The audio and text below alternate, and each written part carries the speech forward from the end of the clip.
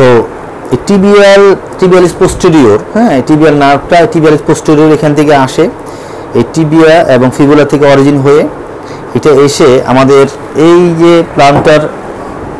এটা তো এরকম এই নেভিকুলার বোনে সাপ্লাই দেয় এটা, হ্যাঁ, এই মিডিয়াল সাইড থেকে এসে এই নেভিকুলার বোনসে সাপ্লাই দেয়। এখন যখন এই টিবিয়ালিস অ্যান্ড পোস্টেরিয়র যখন কম্প্রেশন হবে যে টিবিয়াল নার্ভে, তখন এই পাটা কি করতে পারবে না, পাটা আপনার যে ফ্লেকশন আছে প্লান্টার ফ্লেকশন ঠিক মতো হতে পারবে না। এবং আরেকটা যেটা বললাম যে এক্সটেন্সর ডিজিটারাম সুপারফিশিয়াল লঙ্গাস, এই মাসেলটা এখান থেকে এসে এই এদিক দিয়ে এসে এই আঙ্গুলের, হ্যাঁ, এই আঙ্গুলের যেই সাপ্লাইগুলি হয়, হ্যাঁ, অর্থাৎ এই যে এখানে ওর এখানে সাপ্লাই দেয়, এখানে সাপ্লাই দেয়, এখানে সাপ্লাই দেয়, এখানে সাপ্লাই দেয়, হ্যাঁ, এবং এক্সটেন্সর ডিজিটারাম এক্সটেন্সর হ্যালোসিস লঙ্গাস ওইখান দিয়ে এসে এটাতে সাপ্লাই দেয়। প্রশ্ন হচ্ছে যখন টিবিয়ালিস ইমপিচমেন্ট হয় তখন এই মাসেলগুলো ভালো কাজ করতে পারে না, এবং এই পায়ের এই মাসেলগুলি যখন কাজ করতে পারে না তখন এই মাসেলগুলোর কারণে, মাসেলটা কিছু কম্প্রেশন কারণে এটা পাটা ভাবার লাগে, এবং পাটা এই মাসেলগুলির কাজ কি ছিল, ফ্লেকশন করা, এটা ফ্লেকশন করা, হ্যালোসিস লঙ্গাস এটা ফ্লেকশন করা, এগুলি কাজ ছিল এগুলি ফ্লেকশন করা। তো যখন এটা কম্প্রেশন হবে তখন এগুলি ফ্লেকশন করতে পারবে না, কিন্তু সামনে যে মাসেলগুলি আছে ও তো ঠিকই অ্যাক্টিভ। তো ও আমরা জানি এটা যদি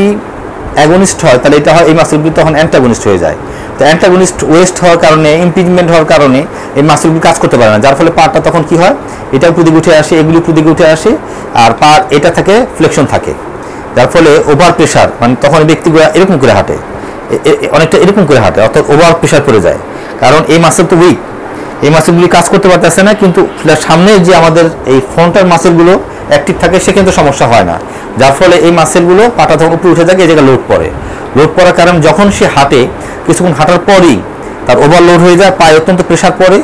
এবং পায়ের পাতাটা টনটন করে, ভারী লাগে, হ্যাঁ। কিন্তু এটাকে আমরা তখন অনেকে আমরা ধারণা করি নেই যে প্লান্টার ফাসাইটিস বলে আমরা চিকিৎসা করতে থাকি, আসলে ওইটা প্লান্টার ফাসাইটিস নয়, এটা পিএলআইডির একটি লক্ষণ এবং পিএলআইডির একটি সিমটম। আমরা বুঝতে পারি না বিধায় আমরা অনেক সময় এটাকে বলি যে প্লান্টার ফাসাইটিস বলে আমরা দীর্ঘদিন চালিয়ে দিই, কিন্তু বিষয়টা ওরকম না। তো মোদ্দা কথা হচ্ছে যে আপনারা যারা এই সমস্যা, পায়ের পাতার সমস্যা ভুগছেন, তাদের কাছে আমাদের আহ্বান হলো আপনারা এই বিষয়গুলো খেয়াল রাখবেন। কখনো কখনো এই ডিস্ক প্রলাপসের কারণে আপনার পায়ের সমস্যাগুলো হতে পারে, এবং এই দুইটা পেশেন্টকে যখন আমরা এইভাবে ঠিক ডিস্ক প্রলাপসের চিকিৎসা করা শুরু করলাম, আলহামদুলিল্লাহ পেশেন্ট একটু ভালো আছে, একটু মানে ভালোর দিকে যাচ্ছে, যদিও একদিন 2 দিন বা